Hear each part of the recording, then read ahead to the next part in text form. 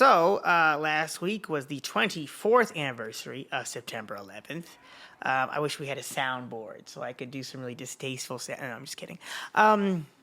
But I think it's important before we get, because last week was an important week. We'll get into Charlie Kirk's assassination in the next story bit. But I just think it's important that we sort of like just sit with that and reflect on it.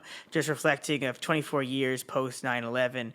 It's important that we understand this. 24 years of the war on terror as well, right? Because I think as a 24 years of like basically the present, even media landscape. We think of like the basic treatment of issues in the Middle East, going from, the initial invasions of Iraq and Afghanistan, things that were promoted by Oprah Winfrey on her daytime talk show, to, the basic slanted coverage, criminal coverage of the current genocide in Palestine. These are part of the same basic legacy, right?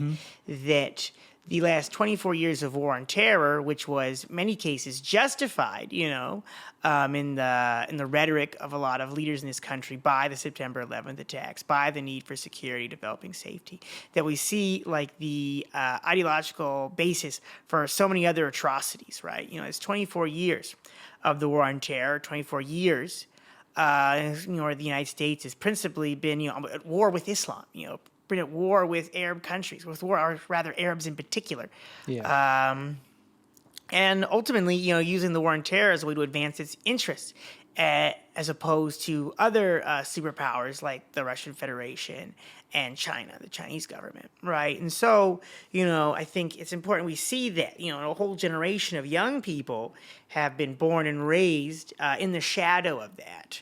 Right? I still remember being like a young child seeing the September 11th attacks on television. It was very much treated like a watershed moment, like a resurgence of American patriotism.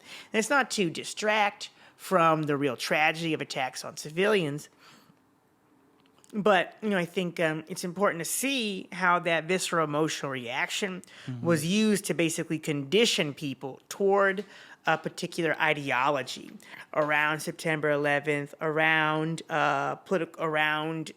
foreign governments and foreign people and foreign issues.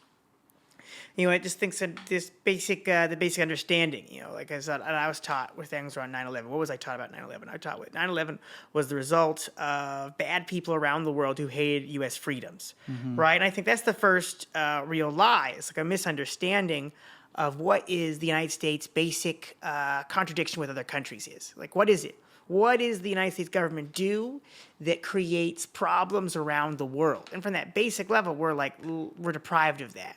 We're not taught how to understand what that is, right? Like these different leaders, these different organizations, they don't have demands, right? Outside of just kill Americans, right? There's no actual political conflict here. When at the same time, if it only takes like 30 seconds of investigation to look into, actually Al-Qaeda had all these different stances on different issues that around U.S. foreign policy, right? That this was done in opposition to U.S. foreign policy in relation to the Middle East. That they were, it was their form of protest against attacks on Muslim civilians around the world. That the presence of U.S. military troops and military bases near Islamic holy sites, right? And ultimately against like U.S. occupation, U.S. imperialism. Of course, they chose to then attack civilians, which is like a very, obviously an awful thing to happen. But it should really be put into the context of like this, anti-imperialism, anti-U.S. imperialism, right? That as long as the United States exists as an imperialist power, it has to deal with like disorganized groups of people trying to oppose that U.S. imperialism. And, even though, and then that ultimately that these different reactions from these different organized and disorganized forces is just, again, used for further justification for further U.S. imperialism.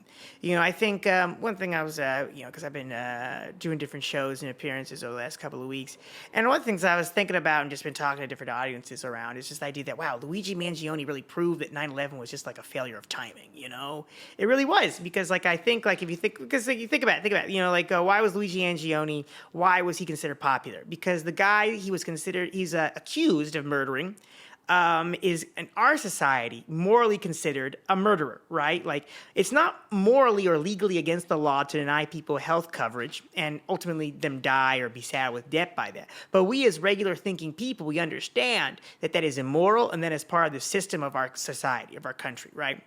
That our health and survival is based on money versus like anything else objective, right? So when Luigi Mangione was accused or allegedly killed that man, people think, oh, wow, fuck that guy, fuck that dude.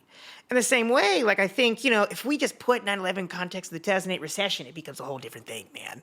Like, just, I'm not going to go on that line of thinking too much, but I just think, like, it's like if we actually view these things as, because if we can connect capitalism to the recession, right? The 2008 financial recession, but we don't connect U.S. capitalism, U.S. imperialism with things like this political violence, right? By like terrorism, what we call terrorist attacks, right? As they're treated almost like the weather versus as like a response to the system of U.S. imperialism and U.S. capitalism.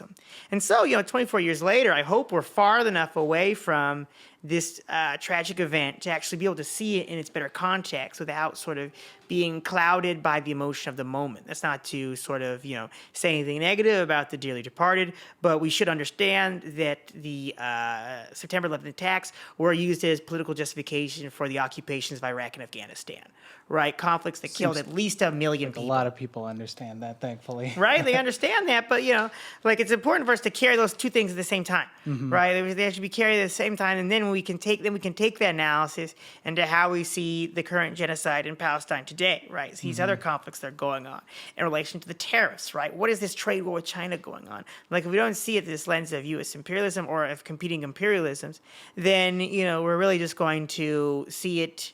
We're not going to see it, actually. We're not going to see it or understand it very well at all. For sure, yeah.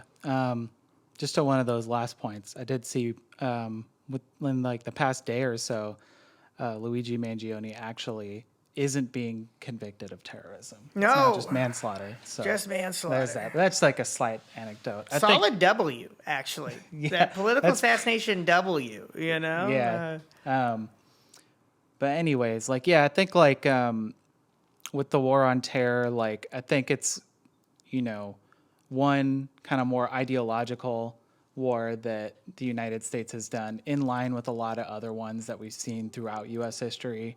I mean, first it was the war on communism, and there was multiple Red Scares. Then in the 1980s, it was the war on drugs. And then, in the early 2000s, it became the war on terror. And so I think it's always like the United States ruling class has always looked for a way to kind of create this like boogeyman that's really the problem that's threatening everyday Americans, when in reality, like, the biggest problem is actually them most of the time. The biggest problem wasn't communism initially. They were just using that to brand,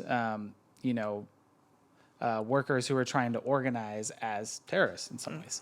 The biggest problem wasn't the war on drugs necessarily. It was the fact that was intense privatization that was going on, neoliberal austerity that was causing large amounts of poverty, and the fact that the U.S. government was actually like involved in multiple different drug trafficking schemes. So, so much for that kind of war.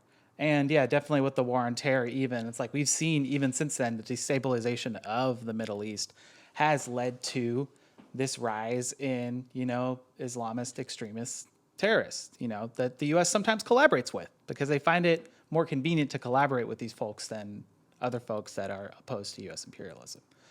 And yeah, I think like, thankfully, a good amount of people understand what 9/11 really was, and like what's happened since then has been exceptionally tragic. It's just the big problem is like we don't really have a strong working class movement in the United States. And so even when a lot of, even in the early 2000s, when a lot of people became disillusioned with, the war on Iraq and Afghanistan, they didn't really have anywhere else to turn. And that is the origin story for the alt-right, and that's the sort of thing that we're going to keep continually seeing is like, even though like, for the longest period of time, for most of our lifetimes, U.S. intervention internationally like over 70% of people in the United States are against it, that's still U.S. foreign policy, because the U.S. is the, for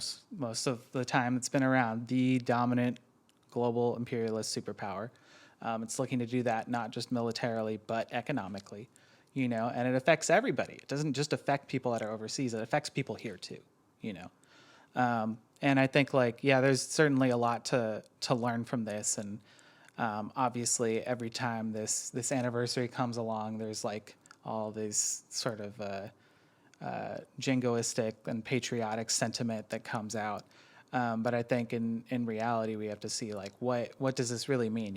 It's like the U.S. isn't actually, the U.S. wasn't attacked because these people were opposed to freedom. I mean, if we look at things very squarely, as we've discussed in previous episodes, the U.S. actually opposes democracy and people's freedom in large parts of the world, even here domestically, as we're seeing a lot more recently. And what it really represents is the interest of the ruling class of the United States. Yeah.